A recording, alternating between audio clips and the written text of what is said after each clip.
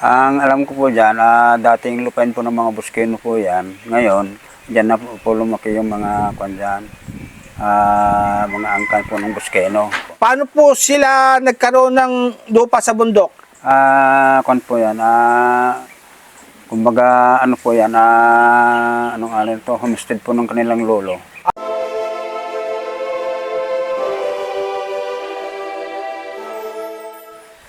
Enero 27, alas 3:19 ng hapon. Nandito po tayo sa Barangay Santa Cruz, bayan ng Quiapo. Nandito po yung bundok na kinakwari. At ating po makakapanayam, ang dating punong barangay, si Kapitan Virgilio Todeño. Magandang hapon, Kap! Magandang hapon po, sir. Kailan po kayo naging punong barangay dito po sa Barangay Santa Cruz? 1982 po. Hanggang kailan po? 28. Ba, matagal-tagal din po, ano? Yung last po na term ko yung 5 taon.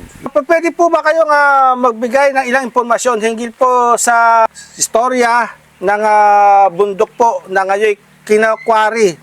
Ang alam ko po dyan, dating lupain po ng mga Buskeno po yan. Ngayon, dyan na po lumaki yung mga kwan dyan, mga angkan po ng Buskeno. Paano po sila nagkaroon ng lupa sa bundok?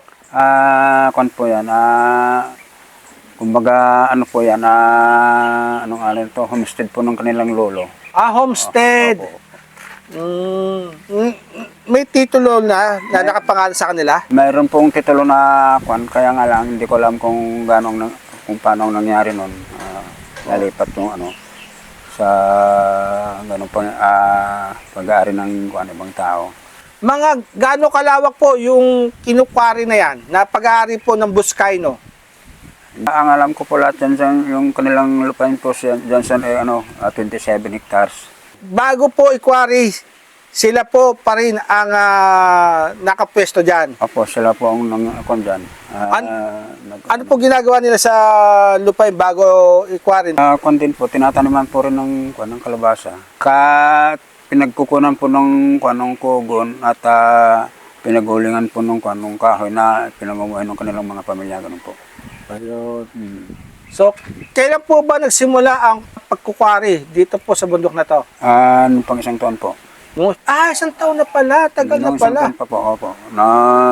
2025 po, nag-umpisa na po. Binili po ba nung nagkukwari o binebenta? Paano po ang... kung anong sa lupa, balitan nyo rito. Kung nagbabayad po sila sa quarry o ano.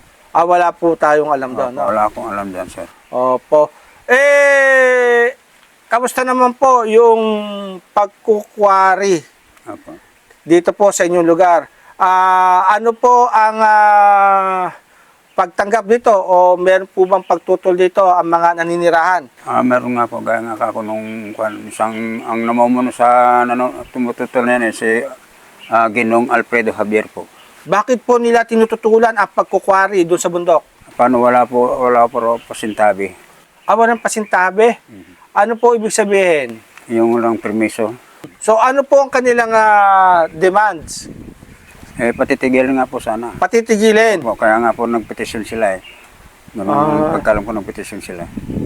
Bakit yung po bang dinadaanan po ba ng truck private properties nitong mga nag-petition? Opo, opo. Gaano karami po yung tumututol? Marami din po Marami din po. Mga approximate mga 10 katao, 20? Hindi lang po Yung lahi po ng Buskeno na yan muralis sa kwan po yan, mga daan na rin Ulitin ko po, bago po nagkwari ang nakapwesto dyan mga Buskayno. Opo, opo. At maaaring sila po ang kaugnayan Opo. na nagkukwari o sa sinasabi ninyo walang paalam kaya tumututol? Opo, wala pong kaugnayan sa hindi sila nakipag-ugnay sa mga ano na yan, Mga may-ari. Ayun, lumalabas. Kaya nga nagpipetisyon po yung mga pamilya po ng Buskeno na yan. Yung Javier na sinasabi ko po, bali lahi din po ng Buskeno dahil sa ang mama niya, ang mother is Buskeno. Kapatid ni Laurito Buskeno yan Opo. Yung mother niya. Yun ang pinakamatandang babae na ang kanong Buskeno, yung mother ni Alfredo Javier. Maraming salamat. Maraming salamat.